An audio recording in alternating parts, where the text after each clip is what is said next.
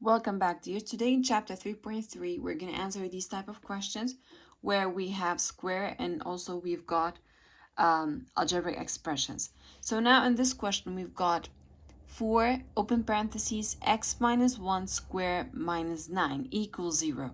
In here, I cannot use distributive property. Why is that? Because this is square. So if it was not square, if I did not have that square, it was 4 open parentheses x minus 1 close the parentheses, I would have directly used distributive property. But because of the square, I cannot use it. Now, can I subtract those? Of course, no. Why is that? Because these are unlike terms. You've got an algebraic expression, a variable here, and you've got a number here. What we're going to do, we're going to start playing volleyball. So negative 9 goes to the other side. It's going to be 4, open parentheses, x minus 1, all of it squared. Dear students, be careful to copy paste the same thing that's written. Equals side change, sign change. So it starts from left to right. Negative will be positive 9. Okay, dears? Now, again, can I use distributive property here? Of course, no. Why is that? Because this is square. What I'm going to do is that I ask this is what? Addition, subtraction, multiplication, division. It's multiplication. What I'm going to do, I'm going to remove that 4. How I'm going to remove it? By dividing it by the same number, which is 4 on both sides. Now I'll be left with x minus 1, all of its square equals 9 over 4. The question is us finding the x, the missing variable, but I cannot find it here. What I'm going to do, because I have got square, I have to use square root. So let's say I have something here, a number, and I use the square root. The square with the square root will go, the number will get out. So I will use square root for both sides. Be careful, dear students, for both sides, left and right, up and down. So I'll be left with what? X minus 1 equals. The square root of 9 is 3. Square root of 4 is 2.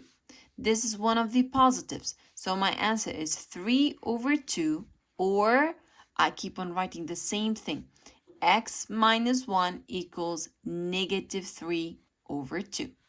In here, again, I ask the same question. What do we have? What do we do? We've got subtraction. We're going to do addition. So I'll play volleyball. Okay, so it's going to be x equals 3 over 2 plus 1. And then you start adding. And here x equals negative 2 to the other side is going to be negative 3 over 2 plus 1. Again, dear students, be careful. You've studied this in chapter 1. The denominators are different from each other, so you have to make them the same by multiplying this one by 2 over 2 and this one by 2 over 2. Then you keep the same denominator, and then you ask which one is the big number. Then you take the sign of the big number, and then your answer always should be what? Always it should be simplest form. Be careful, dear students. Always it should be simplest form. You'll get 2 answers, one of them negative and one of them positive. Okay, in question number 5 in 3.3, again, we've got a number outside the parentheses, but the parentheses is square. So I cannot do anything here. I cannot use distributive property just because of the square. I have to remove that 16. I have to eliminate it. What I'm going to do is that I divide both sides by 16. Why do we do this? Again, I cannot use distributive property, and this is multiplication, so I have to do division. Okay, what do we have? What do? We have multiplication, we do division. Same over same, okay, same over same. When you divide, it's always 1. So I'm going to get 1 here. So I'll be left with y plus 1 over 4, all of this square equals 25 over 16. My question was find the missing variable. I have to solve and find the missing variable. But here, again, it's square. We said whenever I have square, how do we remove the square? By using square root. So I use square root for both sides. I'll be left with what? Y plus 1 over 4 equals square root of 25 is 5. Square root of 16 is 4. Or the same thing but negative. Y plus 1 over 4 negative 5 over 4. Again, dear students, what do we have? What do we do? Can I add them? No, because these are unlike terms. What I'm going to do is that I have to start using what? Playing volleyball.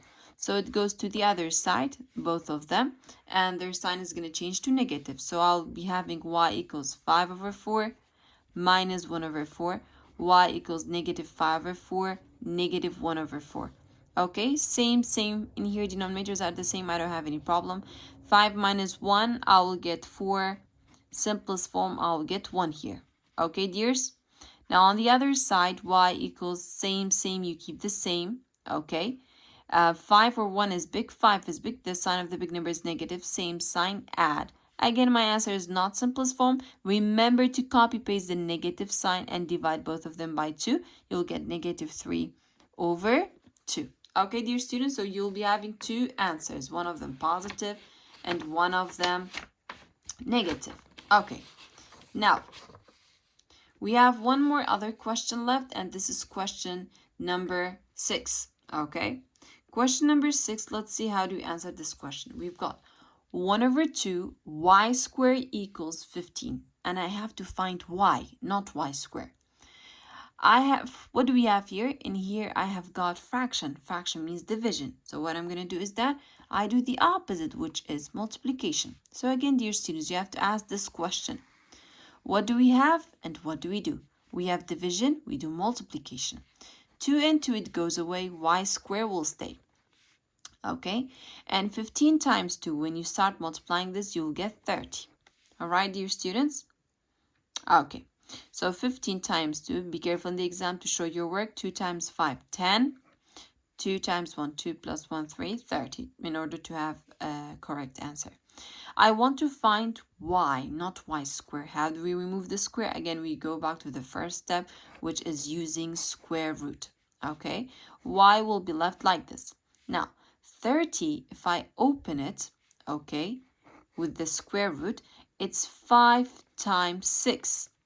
And 6, if I open it, it's 2 times 3. Do you see any number, any factor that's being repeated? No, nothing is repeated. That means my answer, it still stays square root of 30, or negative is outside the square root of 30. So of course I'll be having two answers, one of them positive, one of them negative. Be careful, students, if we had an answer like this, let's say I had 16, okay, 16, we know it's 4 times 4, okay, because it's two factors, like the factor is being repeated 2 times, I have to take it out, so my answer will be what? 4 or negative 4. Okay, dears?